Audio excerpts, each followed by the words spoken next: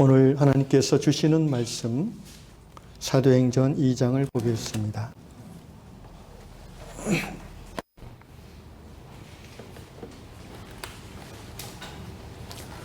2장 17절과 또 2장 37절로 42절까지를 먼저 17절 읽습니다. 시작. 하나님이 말씀하시기를 말세에 내가 내 영을 모든 육체에 부어주리니 너희의 자녀들은 예언할 것이요 너희의 젊은이들은 환상을 보고 너희의 늙은이들은 꿈을 꾸리라. 아멘. 37절로 42절 교독합니다.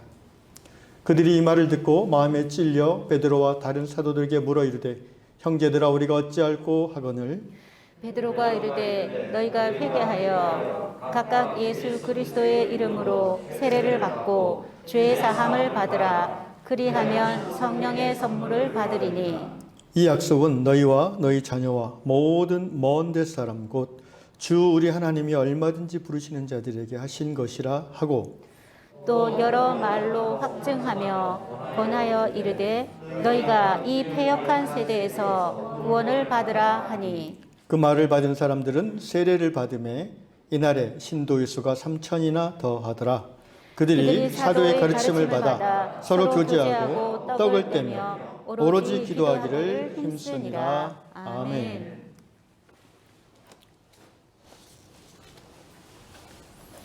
반갑습니다. 오늘 우리 사도행전 본문으로 말씀을 하늘 꿈을 이루어가는 요한공동체의 제목을 가지고 말씀을 나누겠습니다. 사도행전이 혹시 누가 기록했는지 아십니까, 여러분? 누가 기록했죠? 예, 누가가 기록했습니다. 제가 답을 알려드렸는데도 눈치를 못 채셨습니다. 사도행전은 교회의 시작을 기록한 아름다운 하나님의 말씀입니다. 일찍이 지난 20세기부터 신학자들은 말하기를 20세기가 성령론의 시대라면 21세기는 교회론의 시대가 될 것이다라고 말씀했습니다. 왜 21세기가 교회론이 새로워지는 시대가 될 거라고 예측했겠습니까? 그것은 21세기가 되면은 교회가 몰락할 수도 있다는 경계, 위험의식에서 그런 말이 나온 것입니다. 21세기가 되면은 교회가 교회답지 못함이 너무 드러나게 될 것이기에 학자들은 염려하는 마음으로 21세기는 교회론이 새로워지지 않으면 어려운 시대가 될 것이라고 말했습니다. 역사를 돌아볼 때 중세 시대도 교회가 정말 교회답지 못한 부분이 많이 있었던 것을 우리는 압니다. 그런데 중세 시대는 곧 암흑의 천년이라 일컬어지는 교회 시대라고 일컬어지는 중세 시대는 교회가 아무리 본질에서 벗어나 있더라도 크게 상관이 없었습니다. 왜 그러냐면은 교회뿐 아니라 사회 전체가 어둠 가운데 있었고 특별히 사람들이 무지하였기 때문입니다. 문맹률이 대단히 높았고 성경을 가지고 있는 사람도 적었고 성경을 갖고 있다 하더라도 읽을 수 있는 사람이 아주 소수였습니다. 중세의 카톨릭 교회의 성경은 라틴어로만 기록하게 되어 있었습니다. 일부 학자들이나 사제들 외에는 성경을 읽을 수도 이해할 수도 없었습니다. 성경을 모르는 시대는 무지의 시대일 수밖에 없습니다. 그래서 사람들은 교회가 잘못되어 있음에도 잘못된 것을 몰랐기 때문에 상관이 없었습니다. 하나님의 카이로스가 역사 가운데 임하여 신앙의 본질을 교회가 다시 회복하게 된 사건이 16세기 종교개혁입니다. 종교개혁을 통해서 오직 믿음으로, 오직 성경으로, 오직 은혜로 구원을 얻는다는 이 구원의 원리가 비로소 지상교회 가운데에 선명하게 드러났습니다. 그러나 16세기 종교개혁 이후에도 여전히 교회론에 대한 발전은 별로 없었습니다. 교회는 6세기 이후에 그 구조나 그 형태에 있어서 바뀜이 없었습니다. 개신교도 카톨릭과 달라 보이지만 교회론에 있어서는 큰 차이가 없습니다. 이제 종교개혁 이후 500년이 지난 지금 하나님은 지난 20세기에 성령을 새롭게 이해하고 경험하는 성령론을 교회 가운데 부흥시키셨고, 이제 그 성령론의 회복을 토대로 해서 21세기는 성령이 인도하시는, 성령이 이끌어가시는 교회에 대한 사람들의 감각을 일깨우고 계십니다. 특별히 오늘 우리 시대는 중세나 근대와는 너무나 풍토가 달라졌습니다. 포스트 모더니즘의 세례를 받은 우리 시대의 사람들은 절대 권위를 부인하고 또 절대 진리를 받아들이지 않습니다. 모든 것을 상대화하는 풍조 가운데 살고 있습니다. 그러므로 전통적인 교회의 모습을 사람들은 싸늘하게 바라봅니다. 그래서 교회 안에 많은 성도들조차도 교회에 실망하고 떠나는 경우가 많이 생깁니다. 이 말은 바꿔 말하면 다른 어떤 시대보다도 세속화된 교회, 기형적 교회가 아닌 본질을 회복하고 추구하는 아름다운 교회에 대한 갈증이 더 커진 시대라고 얘기할 수 있다는 것입니다. 그 증거는 이미 100만 명이 넘어간다는 가나안 성도들의 존재입니다. 가나안 성도가 무슨 말인지 아십니까? 안 나가 성도입니다. 안 나가. 교회 안 나가. 예수는 믿는데 교회는 안 나가.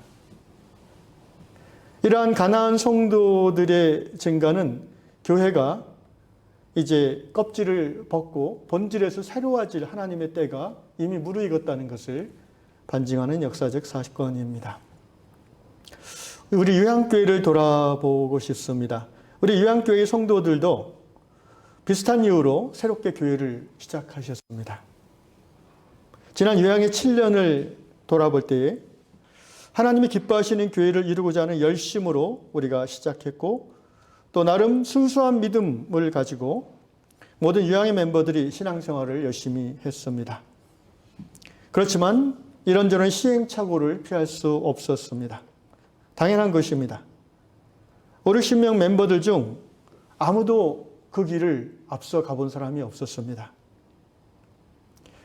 앞서 가본 길이 아닌데 하나가 되어서 한 손을 잡고 열심히 가다 보니까 구덩이에 빠지기도 하고 또 돌부리에 걸려 넘어지기도 합니다. 그럼에도 불구하고 하나님의 은혜로 성령의 역사하심으로 다시 일어나서 여기까지 걸어왔다는 것을 우리는 고백할 수밖에 없습니다. 이제 조금씩 교회가 안정을 찾아가고 있습니다. 우리는 이때에 곰곰이 생각해 볼 필요가 있습니다. 우리가 처음 모였을 때 어떤 교회를 이루고자 하였는가? 7년이 된 지금 우리가 처음 꿈꾸던 그 교회의 모습을 우리는 얼마만큼 이루었는가? 아니, 그 방향을 향해서 가고 있는 것이 맞는가?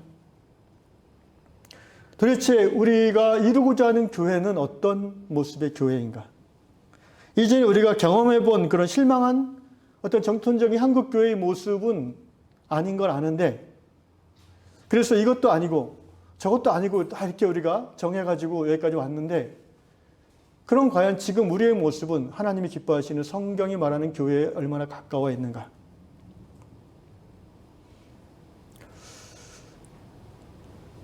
우리가 꿈꾸는 교회가 어떤 교회입니까? 먼저 이 부분을 우리가 어느 정도 성경을 중심으로 공유할 때에 다음 스텝이 보여지지 않겠습니까? 우리 유양 공동체가 꿈꾸는 교회는 어떤 교회입니까? 그 길을 혹시 우리 주변에 먼저 간 또는 조금 앞서가 있는 교회들은 없는지요? 있다면 그런 교회를 우리가 벤치마킹 하는 것도 지혜입니다. 그런 교회와 협력 관계를 맺고 교단을 초월해서 서로 교류하며 또 상호 예배를 같이 연합해서 드리고, 이런 것들도 우리가 꿈꾸는 교회를 이루어가는 지혜 중에 하나라고 생각합니다. 아니, 좀 더 근원적으로 얘기하자면 우리는 최초의 교회는 어떤 모습일까에 대한 공유함이 있어야 됩니다. 우리 모두가 교회론에 대한 나름대로의 일치된 관점을 공유해야 됩니다. 아, 목사님, 우리는 신학자가 아닌데요. 우리는 신학 공부 안 했는데요. 여러분, 그런 엄살은 이제 지나갔다. 시대가 그런 시대가 아니에요. 여러분이, 우리가 철학자가 아니죠? 철학 공부 안 하셨죠, 특별히? 근데 이미 여러분은 철학자예요. 왜? 자기 인생의 주관이 있지 않습니까? 신학이나 철학이나 이런 것이 뭐 크게 어렵고 대단한 게 아니에요. 오늘 저는 교회론에 대해서 내용을 좀 나누고 싶어요. 교회론이 뭔가 어렵게 들리죠? 아니에요. 교회는 뭐지? 라는 질문부터 시작하는 것이 교회론입니다. 기독론은 뭘까요? 그리스도론이라고 하는데 그거는 예수님은 누굴까? 라는 질문에서 답을 모아서 내 안에서 정리해서 연구하고 디스커션해서 이렇게 뽑아내는 게 기독론, 그리스도론이에요. 신론은 뭐예요? 하나님은, 신은 누군가? 무엇인가? 예, 구원론. 어떻게 구원을 얻는가? 그냥 뭐 논자가 붙어서 이상하게 어렵게 느껴지지 사실은 그냥 우리가 중학교, 고등학교 수준에서 다 대화할 수 있는 주제들이고 이미 성경 안에 다 들어있는 내용들입니다. 저는 오늘 소위 그 원형적 교회라고 일컬어지는 초대 예루살렘 교회가 어떻게 시작됐는가를 잠깐 나누고 싶어요. 우리 유양교회가 어떻게 시작됐는가와 비교하면서 여러분 안에 우리가 앞으로 이렇게 가면 좋겠다라는 공유된 감각이 새로워질 수 있기를 주의 이름으로 축원합니다. 오늘 사도행전이 바로 그 초대교회의 시작을 알리는 그런 내용입니다. 그래서 신학자들은 사도행전 2장 1절부터 해서 성령 강림 사건이 나오지 않습니까? 1장에는 예수님이 승천하시고 위로부터 성령이 오직 너희는 권능을 받아 예루살렘과 유대와 사마리아 땅끝까지로 내 증인이 되라. 그 말씀 선포하시고 또 12사도 중에 제비뽑기로 마띠아 사도를 뽑고 이제 2장 120명 정도 되는 성도들이 하루 일을 마치고 저녁 때마다 마가라는 정확하지는 않지만 넓은 집을 가진 그 다락방에 모여서 기도하고 찬양하고 예배할 때에 성령이 120명 모두에게 불꽃같이 임했다라는 것이 사도행전 2장 시작의 내용이고요. 그것이 바로 교회가 시작되는 시점이기 때문에 교회사, 교회 역사 1장이라고 학자들은 말합니다. 그런데 이 교회의 시작되는 이 사건은 이미 500여 년 전에 구약 성경에서 선지자들을 통해서 하나님께서 말씀해 주신 사건이에요. 오늘 본문 2장 17절 다시 한번 눈으로 따라오십시다. 하나님이 말씀하시기를 말세에 내가 내 영을 모든 육체에 부어주리니 너희의 자녀들은 예언할 것이요 너희의 젊은이들은 환상을 보고 너희 늙은이들은 꿈을 꾸리라. 베드로가 오순절 성령 충만 120명의 성령 충만을 받고 다음날 아침까지 부르짖어 기도하다가 이제 아침에 길거리에 나와서 계속 기도하는데 방언으로 사람들이 기도하기 시작했습니다. 여기서 방언이란 것은 방언은 두 가지가 있는데 하나는 실제 통용되는 그 지역 다른 언어들을 사용되어진 언어를 말하고 또 하나는 아무도 알아듣지 못하는 하나님만 알아듣는 언어로 이 두 가지 종류가 있어요. 그런데 여기서는 실제 통용되는 언어였다고 합니다. 그래서 어떤 일이 일어났냐면은 오순절 그 유대인들의 명절을 통해서 예루살렘에 순례하러 온 소위 디아스포라 주스 흩어진 유대인들이 이제 모여서 예루살렘 안에 많이 있었는데 큰 그 길거리에서 수십 명, 100명 이상의 사람들이 막 시끄럽게 얘기하는데 각 지역 흩어진 유대인들이 뭐 로마에도 살고 마케도니아에도 살고 여러 곳에 살고 있는 사람들이 자기 지역의 말로 하나님을 찬양하고 하나님에 대한 이야기를 들으니까 신기해가지고 사람들이 모였습니다. 그때 사람들이 뭐라고 했냐면 저 사람들이 밤새 술 먹고 가지도 않겠구나. 여러분 성령 충만과 알코올 충만이 흡사한 부분이 있어요. 경험해 보셔서 알겠지만 둘 다 경험해 보셔서 아시는지 모르겠지만 저는 둘 다 경험해 봤는데요. 비슷한 게 있어요 정말. 헬렐레 하는 게 있어요. 여러분 그 알코올 충만하면요 누가 툭 치고 가도 이러고 이렇게 가잖아요. 오케이 막 이러고 가잖아요. 성령 충만해도 그래요. 누가 시비를 걸어도 죄송합니다 하고 그냥 갑니다. 그러니까 사람들이 아직 술이 안 깼네. 그때 베드로가 그 유명한 하루에 3,000명이 회개하고 돌아왔던 그 베드로의 첫 설교를 여기서 시작합니다. 그 설교의 내용의 앞부분이 바로 이거예요. 이 사람들이 지금 때가 제3시다. 3시란 말이 이제 아침 9시란 말이에요. 06시가 하루 시작이니까. 그러니까 아침 9시인데 무슨 술에 취했겠냐. 이 현상은 하면서 구약성경 소선지서정의 요엘서 2장의 내용을 베드로가 그대로 인용합니다. 바로 이 앞부분이 오늘 읽은 말씀이에요. 하나님이 말씀하시기를, 요엘서 2장에서 말씀하시기를 500여 년 전에 이미 이걸 예언하셨다 이거예요. 뭐냐? 말세에, 여러분 말세는 교회 시대가 마지막 시대의 말세입니다. 다른 말로 성령 시대라고 합니다. 오늘 우리는 지금 말세를 2000년째 살아가고 있어요. 앞으로 언제 이 말세의 엔딩이 올지 몰라요. 그렇지만 우리는 지금 교회 시대를 살고 있고 성령의 시대를 살아가는 하나님의 백성들입니다. 하나님의 성령이죠. 이게 왜 500년 전에 이 예언을 했냐면요. 구약 시대에는 하나님의 영이 특정한 계층의 사람들에게만 임했습니다. 선지자, 제사장, 왕, 소위 기름 부으심 받은 사람들이에요. 그래서 그 사람들에게 하나님의 영 성령이 임했을 때 그 사람들이 예언도 하고 또 하나님의 기적을 행했어요. 그런데 하나님의 계획은 뭐예요? 말세가 시작되면 곧 예수 그리스도의 초림부터 재림까지가 말세인데 그때가 시작되면 하나님께서는 모든 하나님의 백성들에게 하나님의 영 성령을 부어주시겠다고 약속하셨습니다. 아멘. 여러분 목사님, 전도사님, 장로님이 부어주시는 게 아닙니다. 그건 상관없는 거예요. 모든 거듭난 성도에게 하나님의 영이 충만하게 임할 것을 성경은 약속하고 있습니다. 그 영이 임하면 어떤 현상이 나타나는가? 자녀들, 젊은이들, 늙은이들, 언뜻 보면 이제 육체의 연령으로 이렇게 구분했다고 볼 수도 있는데, 그보다는 영을 의미하는 거라고 봅니다. 신앙의 성숙함이죠. 믿음의 사람들은요, 육체의 나이는 늙어지면서 쇠약해지지만 성령으로 말미암아 새로워진 속사람은 날로 젊어질 수 있다고 성경은 말합니다. 아멘? 여러분 젊다는 것은요, 다른 게 아니에요. 생각이 유연하다는 거예요. 여러 가지 표현할 수 있지만 그래요. 내가 고정관념에 갇혀있다? 그거는 늙은 거예요. 진리에 대해서 새롭게 반응하고 적극적으로 반응하는 사람, 속사람이 젊은 사람입니다.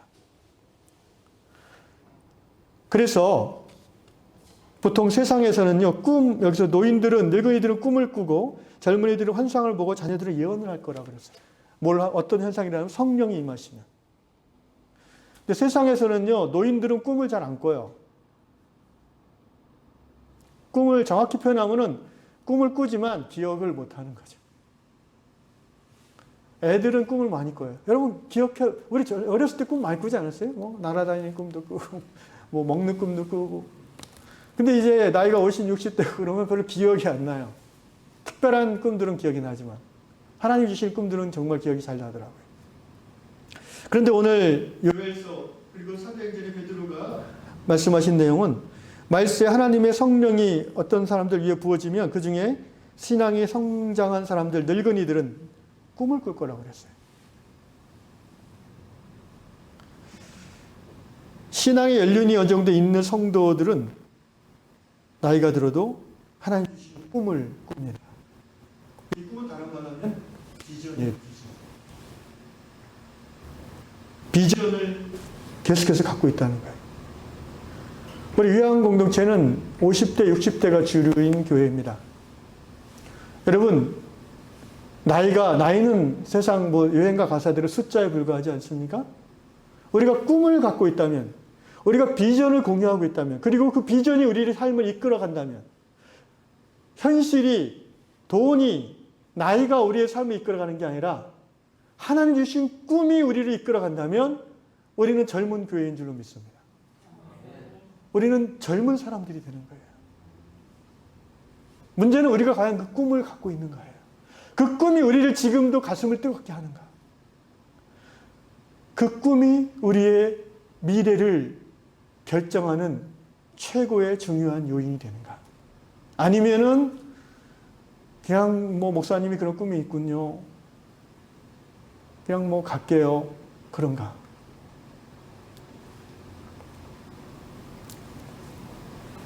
저는 우리 공동체가 성령을 받아서 하나님이 주시는 꿈으로 가슴이 뜨거워지는 젊은 교회가 될 수 있을 줄로 믿습니다. 우리 꿈을 꿉시다.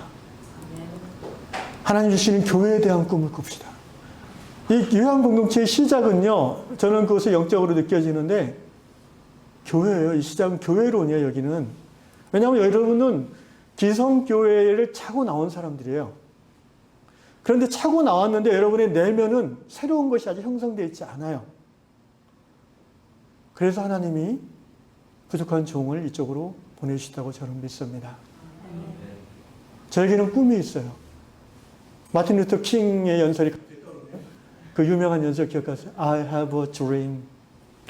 39살에 폭력에 의해서 희생됐던 하나님의 사람, 흑인 인권 목사님 마틴 루터.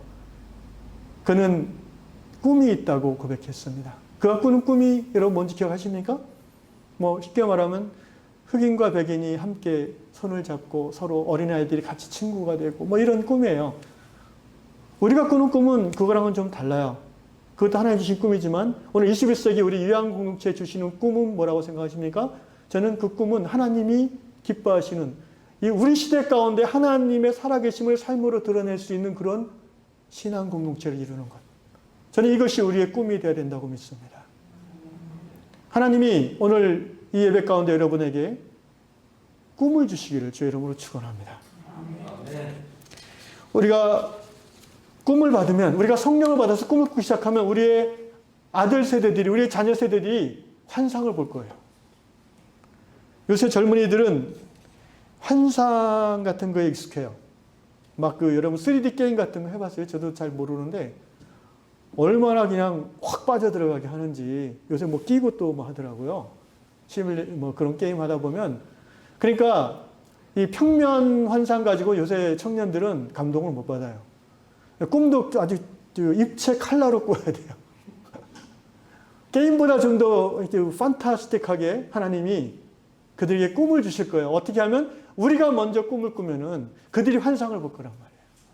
그 하나님이 주시는 환상, 여러분 믿음이 약한 젊은이들은요, 하나님의 강력한 능력을 경험할 필요가 있어요. 기적을 경험할 필요가 있어요. 우리가 젊었을 때 그랬던 것처럼.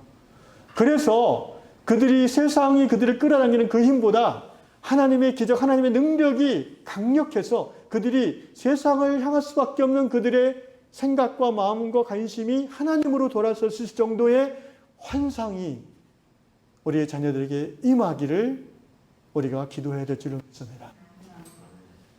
그 다음에 우리의 어린이들이죠. 이제 우리가 벌써 손자, 손녀가 익숙한 나이가 아니겠습니까? 안 그런 분도 있는지 모르겠지만 저는 벌써 기대가 됩니다. 아, 하나님이 어떤 손자, 손녀를 주실까? 정말 그거는 소중한 하나님의 선물이죠. 언제 그렇게 될지는 가망이 아직 없으시다만. 근데 그 아이들이 태어난다고 해서 그냥 저절로 자랄까요? 저는 자식은 부모가 키우는 게 맞다고 생각하는데 신앙에 연륜이 있고 깊이가 있는 할아버지 할머니가 있다면 그 자식들이 좀 더 자기의 자녀들을 하나님 뜻에 맞게 키울 수 있다고 생각합니다. 저는 3세대가 함께하는 교회를 꿈꿉니다. 더 나아가서 제가 꿈꾸는 교회는요, 70, 80이 돼서 요양원으로 처박아 두는 그런 사회 말고요. 지금 사회 구조상 그럴 수밖에 없게 돼 있어요. 그런데 그렇지 않게 살아가는 방식도 있어요. 그런 분들도 있고요. 어떻게? 개인으로서는 그걸 감당 못하지만 공동체가 그걸 감당하면 돼요. 함께 할 수 있어요. 그런 것을 꿈꾸면서 나아가는 교회들이 제 주위에도 있습니다. 그래서 할아버지 할머니가 요양원에 갇혀서 외롭게 단절된 채로 죽을 날만 기다리는 그런 불행한 삶이 아니라 여러분 지금 다 건강하시니까 아이 뭐 내가 그러겠어 그러시죠? 아니요. 제가 요양원을 자주 가서 알아요.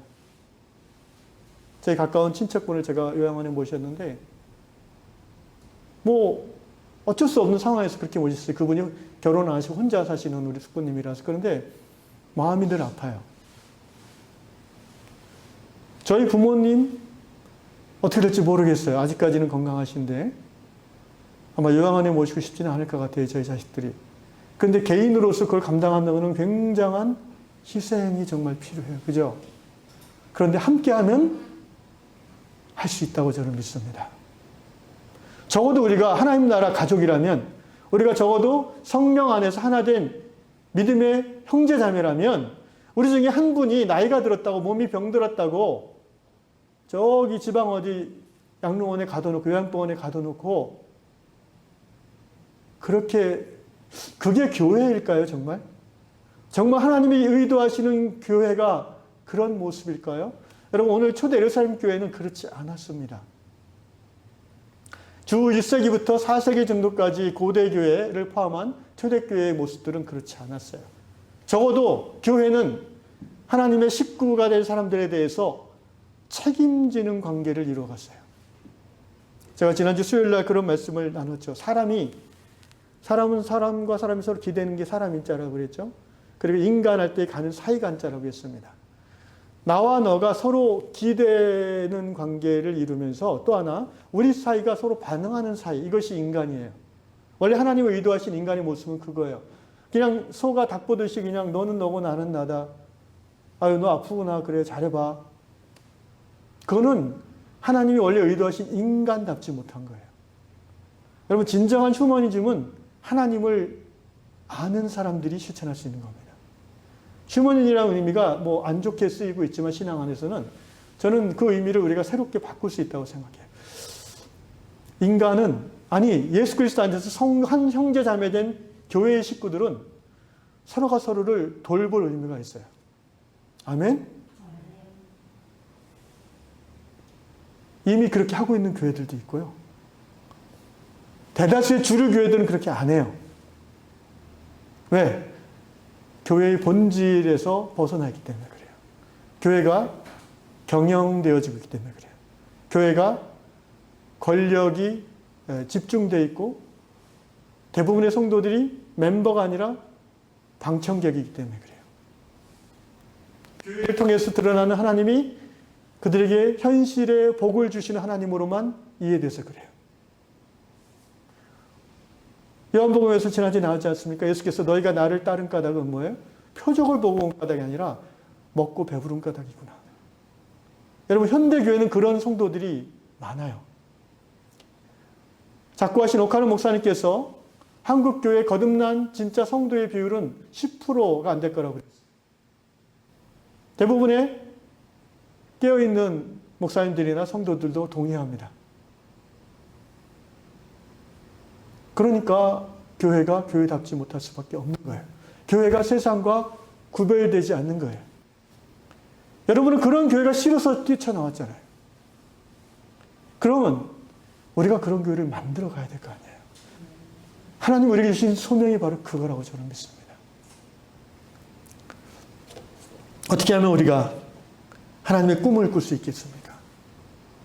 어떻게 하면 우리가 그 꿈과 환상과 예언의 말씀으로 하나님이 기뻐하시는 신앙의 공동체를 이루어갈 수 있겠습니까?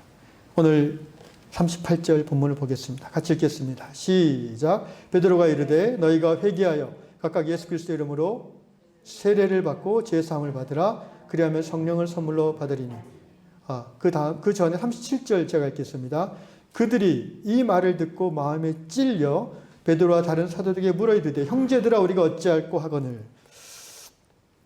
우리가 하나님 주신 꿈을 꾸기 위해서 먼저 거쳐야 할 과정이 있다면 그것은 말씀을 듣고 찔림을 받는 거예요. 여러분 신앙생활 오래 한 사람들일수록 소위 묶은 신자들일수록 저 같은 목사들일수록 가장 안 되는 게 뭔지 아세요? 웬만한 말씀 들으면 반응을 안 해요. 또 저 얘기구나. 제가 요한교회 와서 우리 장로님이 저를 한 번도 못 들어본 얘기를 하신다고 뭐 이런 얘기 들었는데 감사합니다. 그렇게 봐주셔서. 근데 들어보고 못 들어보고가 저 본질이 아니라 뭐 해 아래 새 것이 어디 있겠습니까? 성경에 있는 얘기 하는 건데 중요한 거는 그 얘기를 듣고 당신의 마음이 찔리느냐예요. 그 얘기를 듣고 그 말씀을 듣고 당신이 도전을 받느냐예요.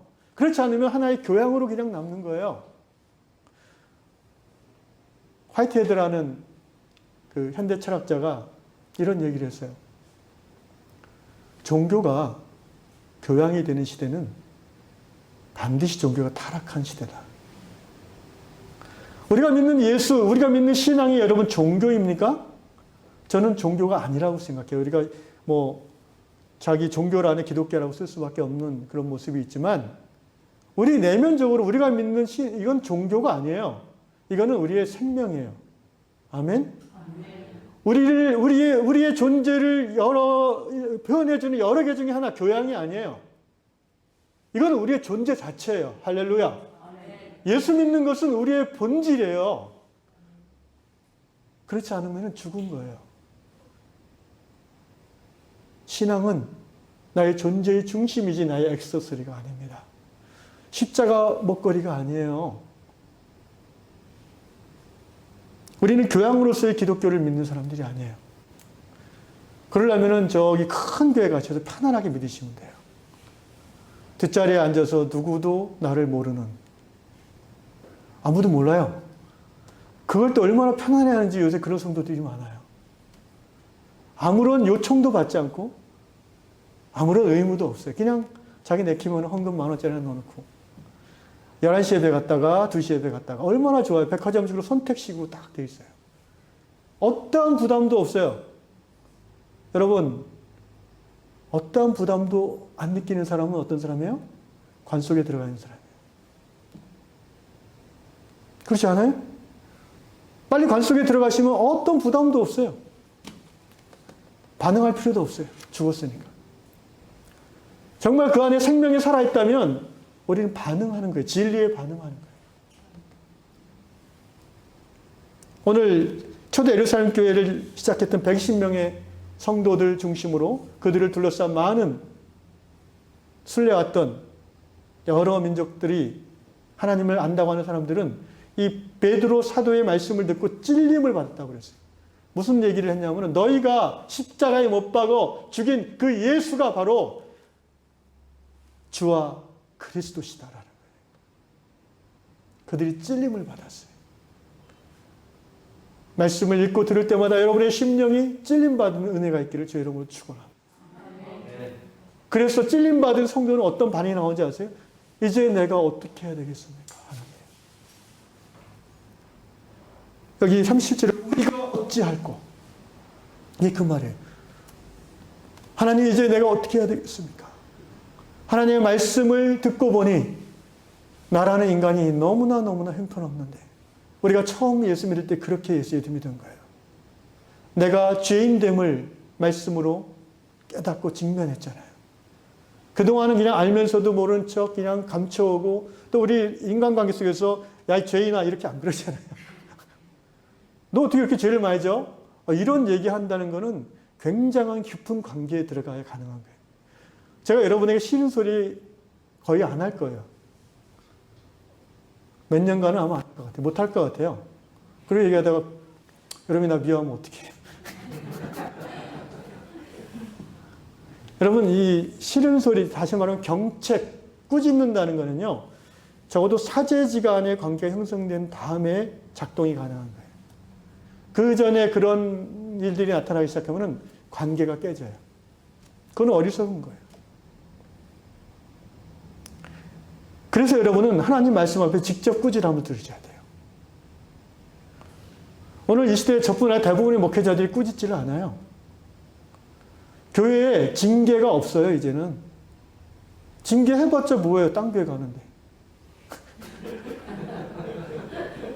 딴 교회 가면 또 다 받아줘요. 장로님은 장로님을 받아주고. 교단 옮기고. 의미가 없어요. 교회가 교회다워지지 않은 모습이 너무 많아요.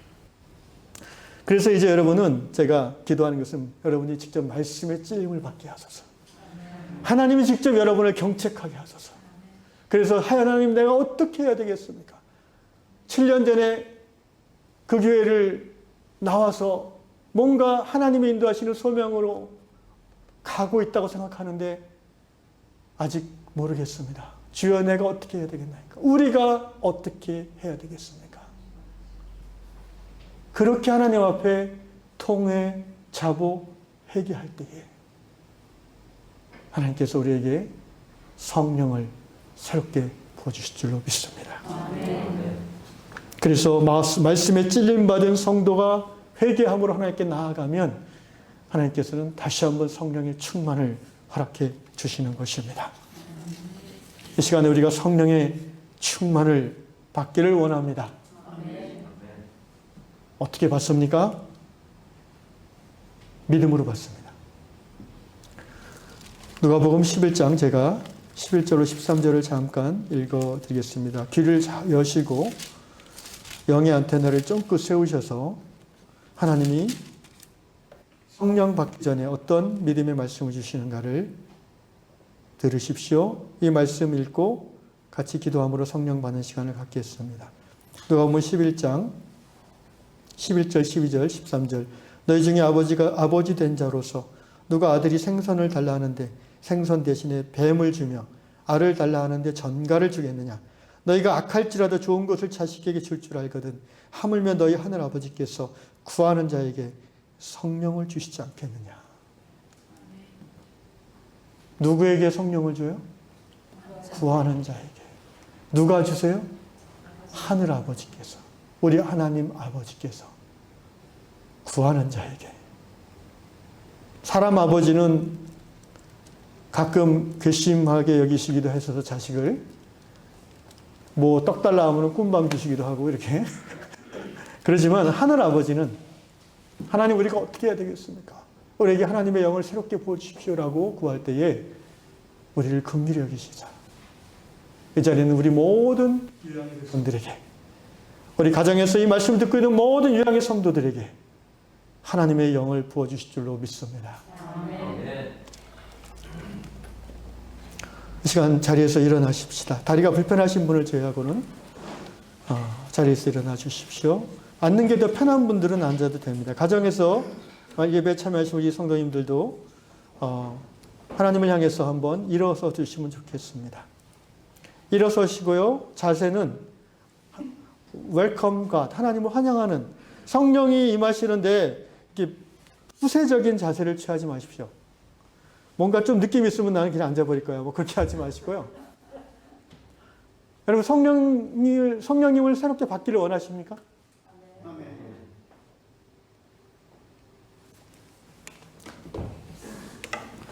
저는 하나님께서 기타를 치면은 그 하나님의 영을 이렇게 부어주시는 그런 경험을 많이 합니다. 눈을 감고요. 손을 이렇게 편안하게 이렇게 벌리십시오. 손을. 뭐 들면은 힘드니까 이렇게 하여튼 편안한 자세로 살짝 눈을 감고 고개는 약간 땅을 앞을 보면서 약간 숙이고요. 여러분이 집중해야 될 것은 이준배 목사가 아니라 하나님을 집중하십시오. 그리고 인도하는 저의 목소리를 통해서 하나님이 무엇라 말씀하시고 역사하시는가에 집중하시면 되겠습니다.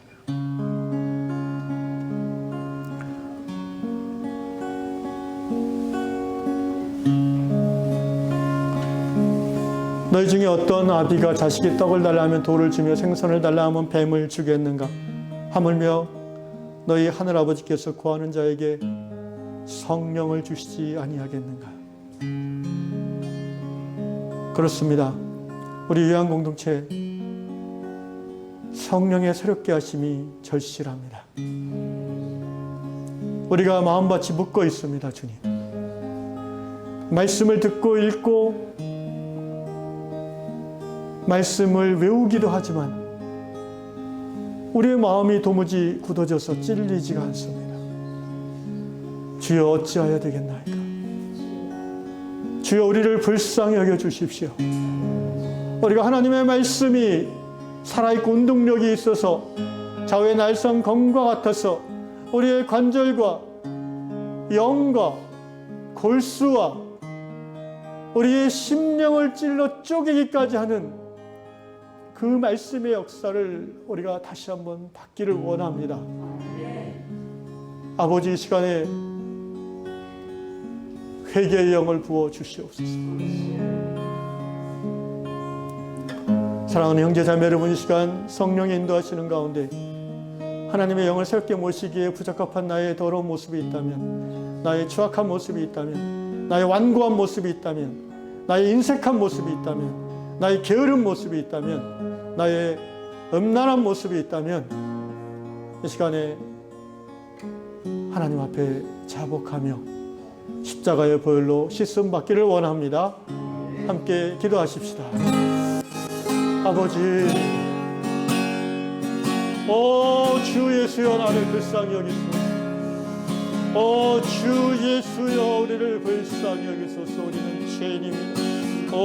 주 예수여, 우리를 불쌍히 여기소서. 우리는 죄인입니다. 사니라 샤나 마이카 세나마 히어델리아 샤나마 마이카 이바바야 세나마 카이세나마 허야 세야디아라 샤나마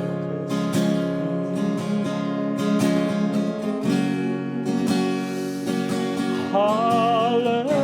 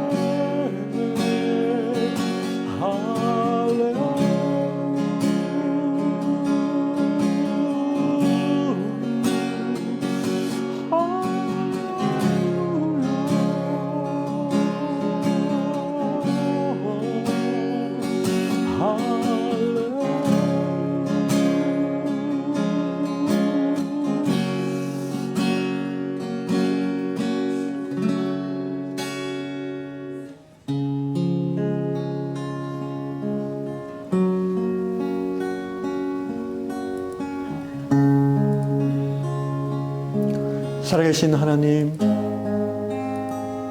이 시간 유양에 사랑받는 성도들, 하나님 앞에서 정결하지 못했고, 하나님 앞에서 한마음으로 신앙생활하지 못했고, 늘 세속 가운데에서 마음이 나뉘어졌음을 고백합니다.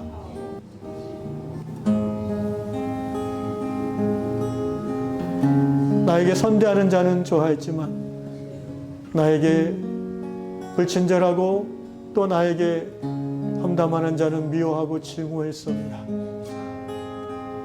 주여, 우리의 연약함을 불쌍히 여겨 주시옵소서.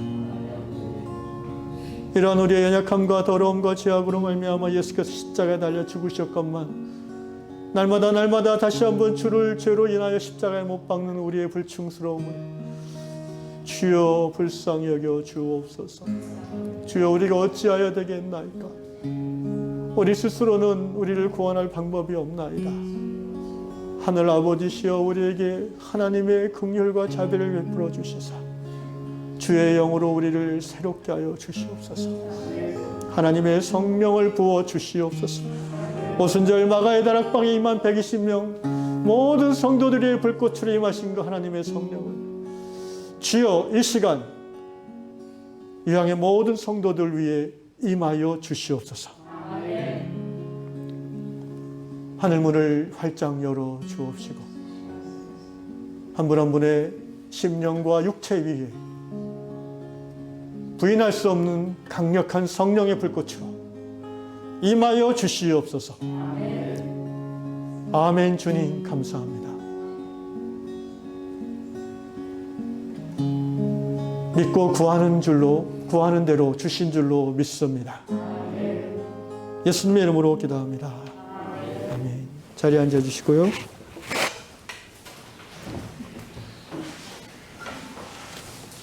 말씀을 마무리하겠습니다.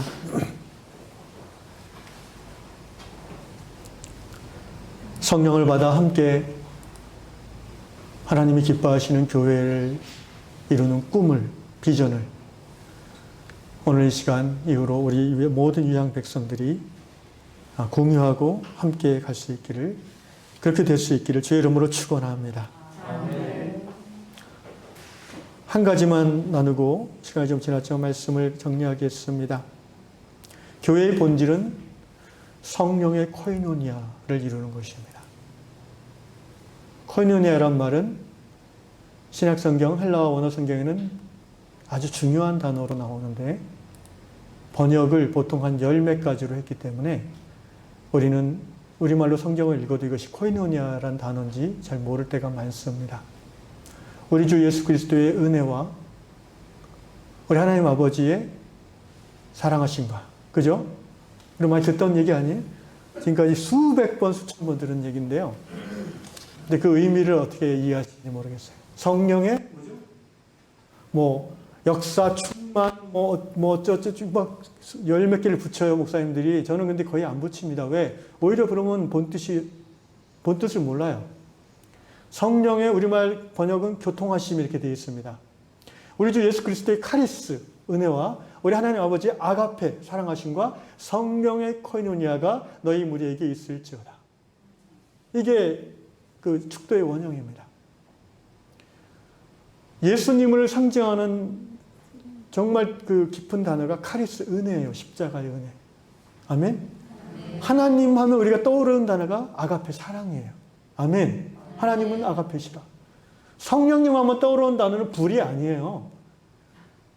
병고침이 아니에요. 뭐예요? 코이노니아예요.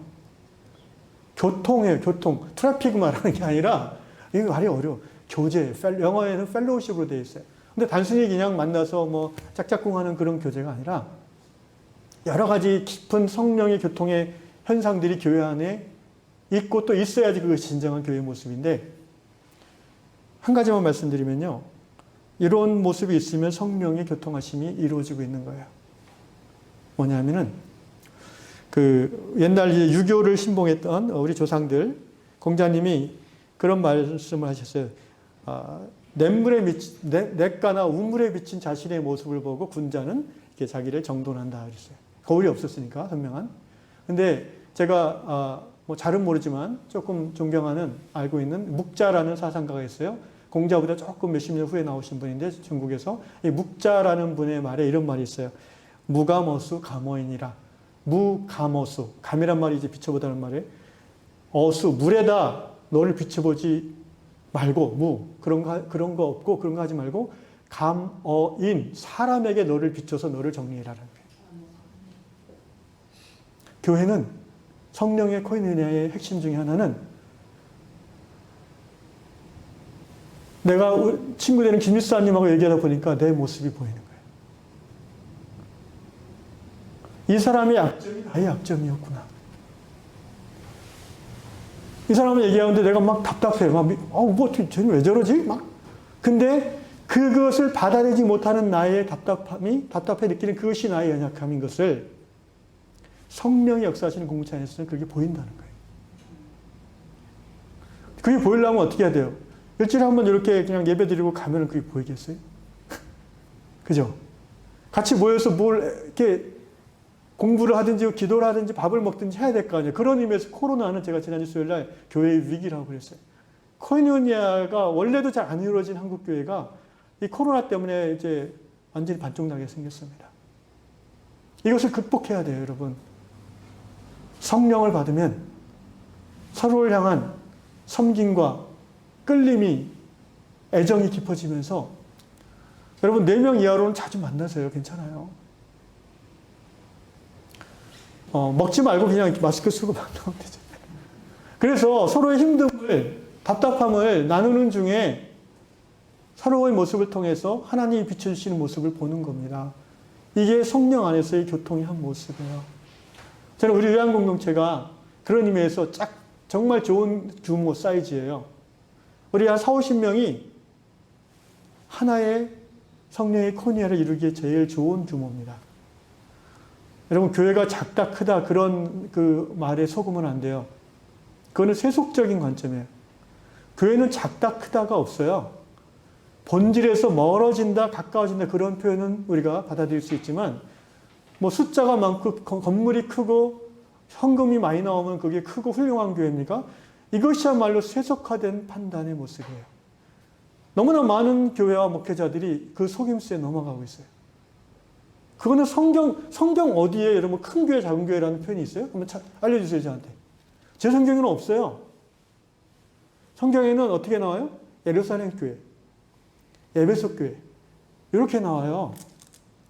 갈라디아 교회. 어디 성경에 뭐 10,000명 넘는 큰 교회 이런 말이 어디 있어요? 왜 자꾸 성경에 없는 걸 가지고 교회를 구분합니까? 그래서 왜 스스로 열등감에 자꾸 빠져들어갑니까? 바보 같은 짓이에요. 우리는 성령의 코인이라는 교회의 본질을 붙잡으면 돼요. 오늘 성령 받아 말씀 앞에 뉘우친 우리 모두가 성령의 코인이냐가 이루어지는 유한 공동체가 되기를 기도하고 또 그렇게 한 걸음 한 걸음 나아가시기를 주의 이름으로 축원합니다.